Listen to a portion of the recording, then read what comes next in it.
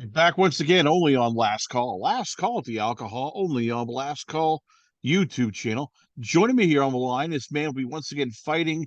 It'll be his fifth time in Brave CF, and well, he's 3-0 with one draw, and he'll be taking on Nicosia and Delibe in a bantamweight scrap. I give you once again, it is former UFC contender, now a man who is very happy and brave. I give you it is Jose Shorty Torres. So Jose, once again, it's going to be a bantamweight fight for you against a guy who's pretty good. He's 6-1. He's seems legit.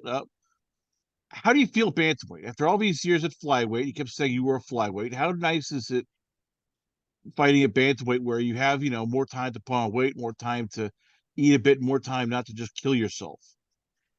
Well, the fun thing at bantamweight is, and a lot of people don't know this. So when I was in Titan FC early in my professional career, half my wins were at bantamweight. And I actually started my career at bantamweight. My first two fights were at 135 or 61 kg, and I did very well first fight, and then in the first round stoppage. The second fight going the distance, the guy just I couldn't put him away, but I definitely dominated that fight and ended up getting a flyweight championship fight for the vacant belt when Tim Elliott ended up going into the Ultimate Fighter. So I was like, you know what? Let me bump down, let me try it out and feel how I can do it. I did this in college week to week to week, but I was very traumatized with the weight cut and I just didn't feel well. I wasn't as motivated because, for people who've cut weight before, man, it takes you mentally. Besides taking a toll on your body, it just starts to really beat you up. And, I mean, I started doing well in the flyweight division, defended the belt, then I bumped up, won that belt, defended that, bumped back down, and when I got called for the UFC, it was both last minute fights at flyweight, super hard struggling, weight cuts, 9 days, 26 pounds, 20 days, I believe 28 pounds. And then when I entered Brave, even though I started my career at flyweight with them, I was, as you already know, like just getting older with age, your body just can't do the same things as it used to. I couldn't procrastinate my weight cuts. I had to now start warming up. I had to start stretching and start taking care of my body. And the weight cuts did not just take a toll on me mentally, but physically as well, to where I started getting injuries, tearing ligaments, stuff like that. So for me, bumping up. I don't really care what size people are. I have a Napoleon complex. The bigger they are, the taller they fall. My next opponent, Nicosia Nebele, he is, I believe, 5'10". So he is tall, lanky, and it's just another challenge that I'd love to go again. When you have somebody vote like that who's 5'10", I'm guessing you want to get sort of inside. You want to take away his range. You want to force him to have to fight small. How tough is that in those early seconds of, all right, I got to figure out the range, I got to figure out his jab, and I got to make sure that he's not going to just make it into a long range jab fest. Next thing you know, I'm becoming target practice.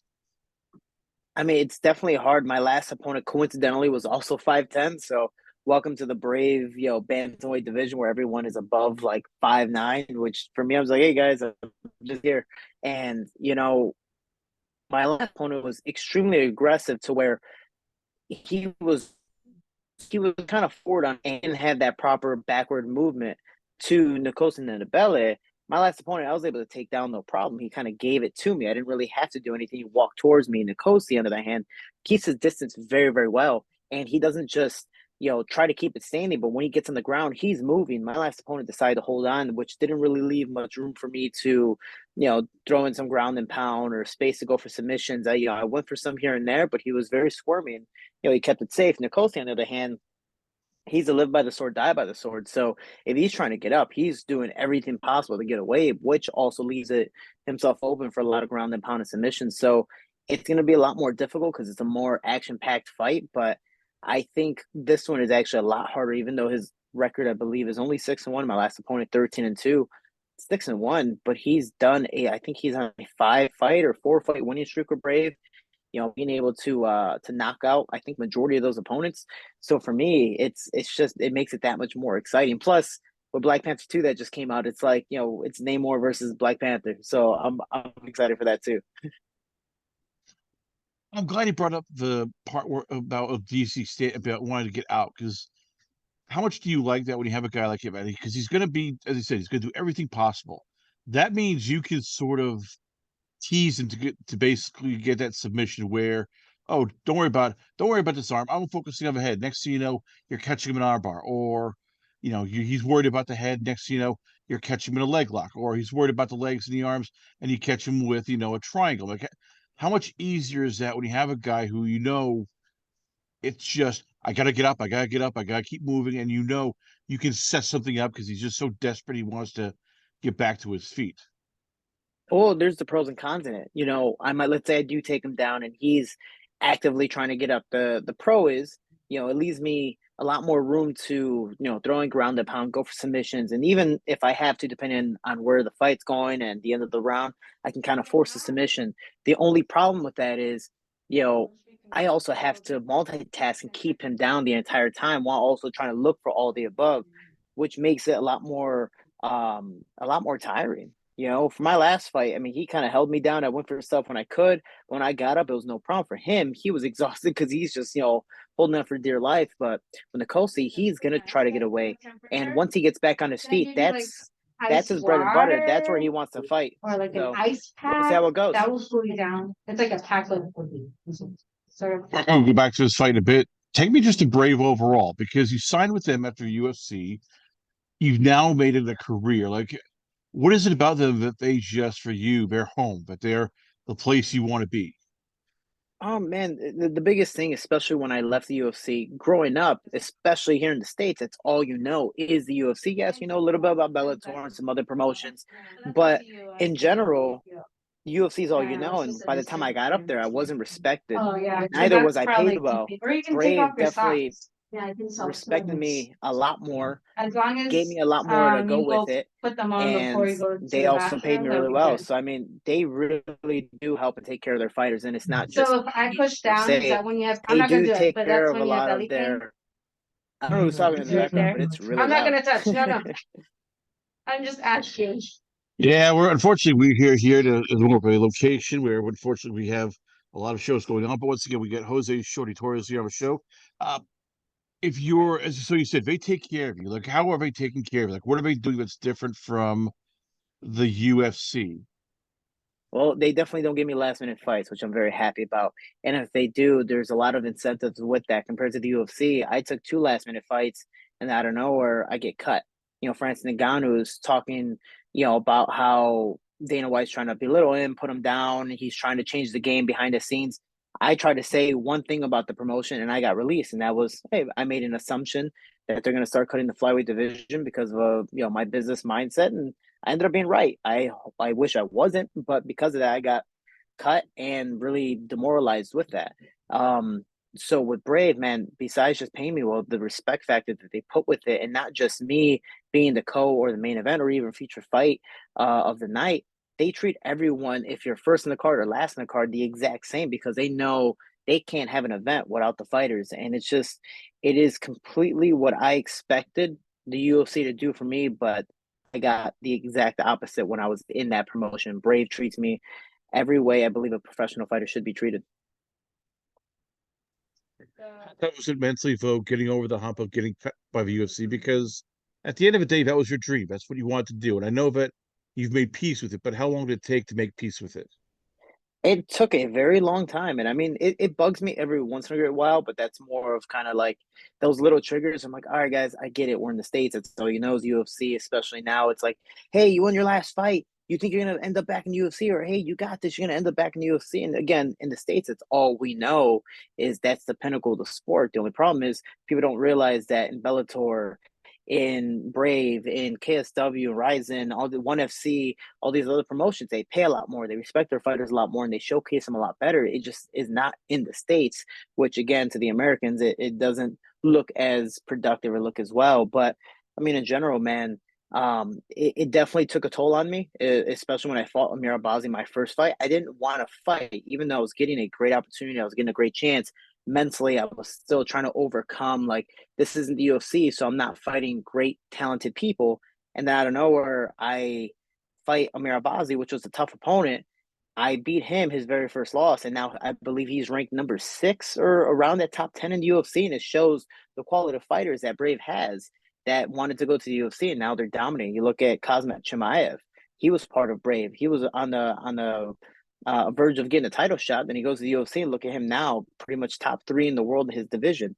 Same thing with Amir Albazi. Look at Mohamed Mokaev doing the same thing.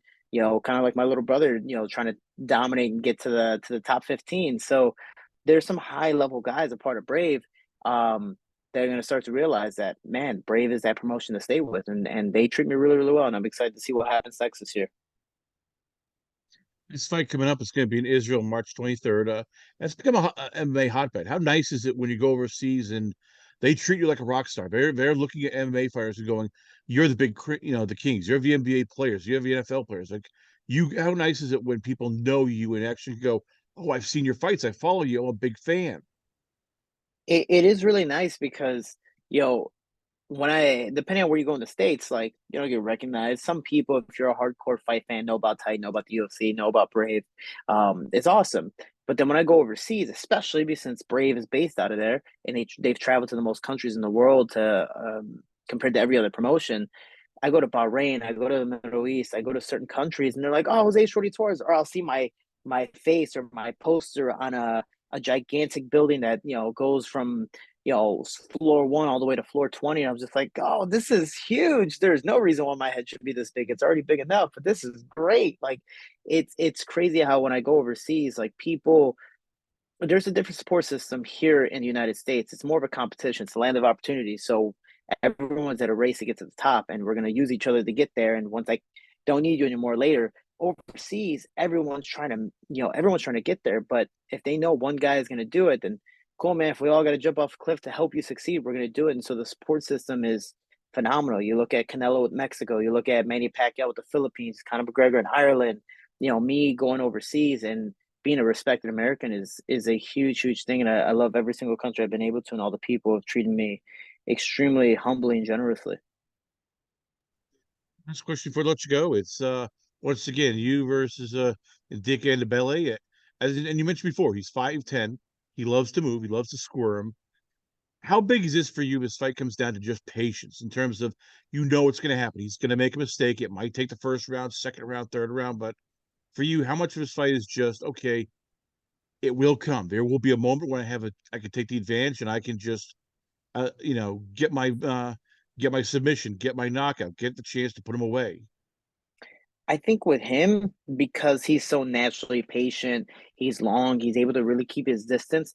I kind of have to accept I'm gonna get hit, and I cannot be patient in this fight. I almost have to make it a dog fight. I have to push the pace on him.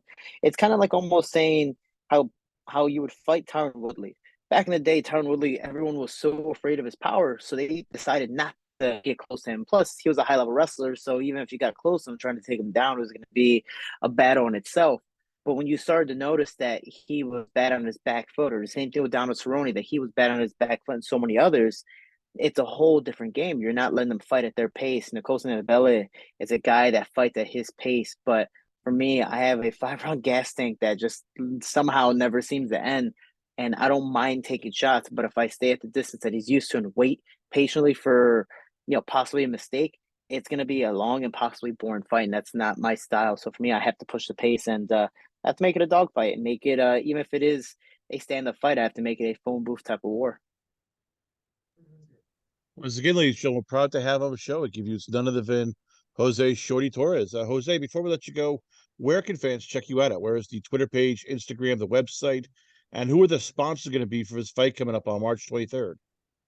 So, yeah, I haven't shouted out sponsors yet because I definitely got to look for some. So if anybody, please, that would be awesome. But Jose Shorty Torres on Instagram, Shorty Torres MMA on both Facebook and Twitter, and teamshorty.com to find out a little more about me and even be able to donate to my foundation called the Team Shorty Foundation, which helps kids, teens, and young adults stay inside the gym and off the streets and giving them a second chance at life. So, man, I appreciate love, support, and that's why I always do say we can, we will. Together we are Team Shorty.